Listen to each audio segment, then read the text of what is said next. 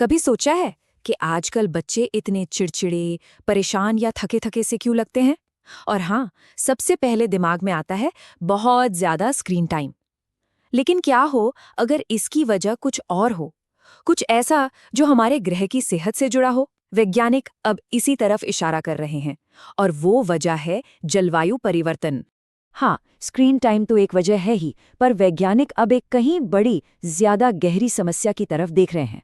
हाल ही में nature sustainability में छपी एक स्टडी ने एक नया कॉन्सेप्ट सामने रखा है, जो शायद इस समस्या की जड़ तक जाता है। इसे कहते हैं चाइल्डहुड स्लीप इरोजन। सुनने में थोड़ा भारी लगता है ना? पर इसका मतलब सीधा सा है।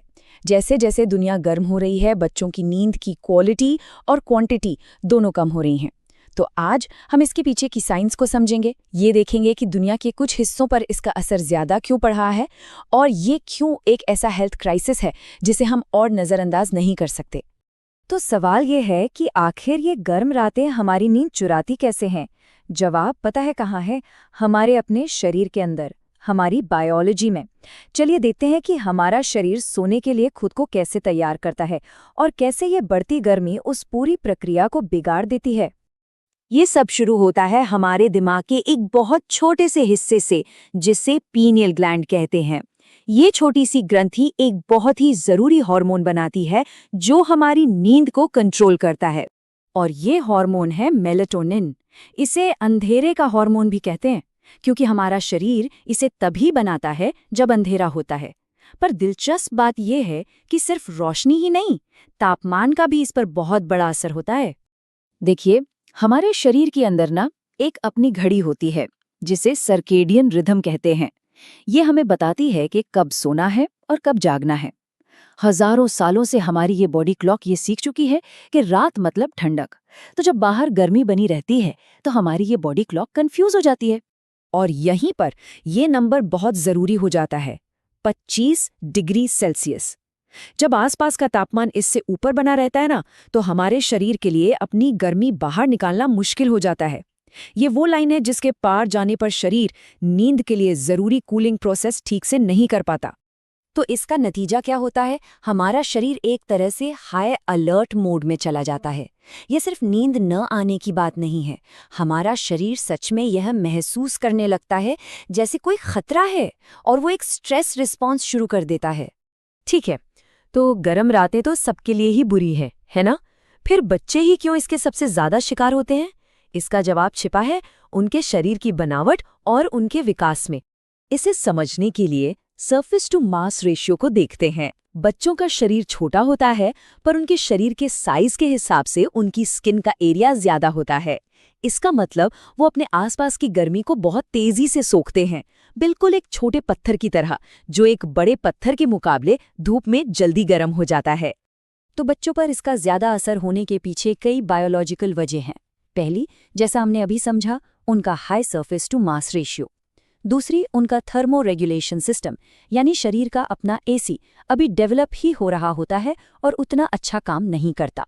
और तीसरी, और शायद सबसे ज़रूरी बात, उनके दिमाग के विकास के लिए उन्हें गहरी, अच्छी नींद की बहुत ज़्यादा ज़रूरत होती है। और ये बातें सिर्फ हवा में नहीं हैं, आंकड़े भी यही कहते हैं।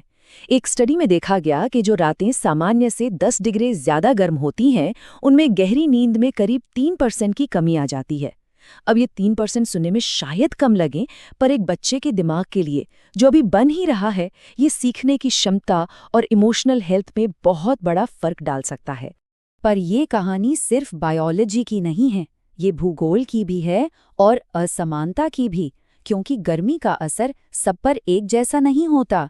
कुछ बच्चे दूसरों के मुकाबले कहीं ज्यादा मुश्किल में हैं।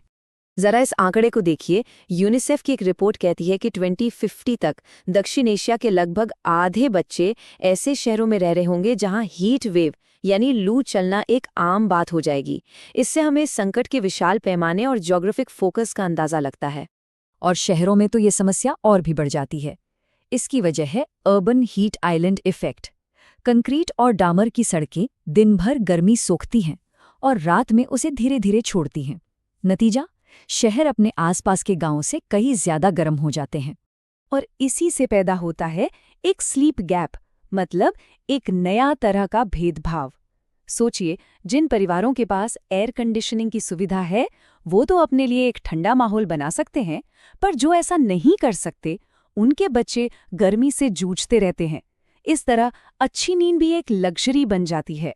तो इसका लंबी अवधि में क्या असर होगा? जब एक पूरी पीढ़ी को ही भरपूर नींद न मिले तो इसका असर सिर्फ थकी हुई सुबह तक सीमित नहीं रहता। ये उनके विकास, उनकी पढ़ाई और उनके मानसिक स्वास्थ्य यानी उनके पूरे भविष्य पर असर डालता है। तो जब एक पूरी पीढ़ी अपनी नींद खो देती है तो 3 बड़ी चीजें होती हैं। पहली, उनकी सीखने की शक्ति कम हो जाती है। नींद हमारे दिमाग के लिए एक तरह से कचरा साफ करने का काम करती है। जब ये नहीं होता तो याददाश्त और सीखने पर असर पड़ता है। दूसरा, उनका शारीरिक विकास भी रुक सकता है क्योंकि ग्रोथ हार्मोन्स ज्यादातर गहरी नींद में ही निकलते हैं। और आखिर में उनके मानसिक स्वास्थ्य पर बहुत बुरा असर पड़ता है। और ये मानसिक तनाव सिर्फ एक एहसास नहीं है। स्टेट ऑफ इंडियाज एनवायरनमेंट की एक रिपोर्ट बताती है कि 67% नौजवान ये मानते हैं कि जलवायु परिवर्तन उनकी रोजमर्रा की जिंदगी पर बुरा असर डाल रहा है। इस भावना को इको एंजाइटी भी कहते हैं। तो जरा सोचिए, एक तरफ नींद की कमी से होने वाली शारीरिक थकावट और दूसरी तरफ ये इको एंजाइटी यानी पर्यावरण को लेकर चिंता। जब ये दोनों चीजें मिलती हैं तो एक परफेक्ट स्टॉर्म तैयार होता है, एक ऐसा तूफान जो हमारे नौजवानों के मानसिक स्वास्थ्य को हिलाकर रख सकता है। तो बात यह है कि बचपन की नींद का ये क्षरण एक खामोश संकट है, एक ऐसा संकट जो अंधेरे में पनपता है लेकिन जिसका असर हमें दिन के उजाले में साफ साफ दिखाई देता है। इस समस्या की सबसे बड़ी दिक्कत यही है कि ये दिखती नहीं। बाढ़ में डूबी हुई एक सड़क तो हमें नजर आ जाती है, पर नींद का एक खोया हुआ घंटा वो नजर नहीं आता। लेकिन हमारे भविष्य पर इसका असर उतना ही वास्तविक और खतरनाक है। और ये सब हमें एक बहुत ही जरूरी सवाल पर लाकर खड़ा कर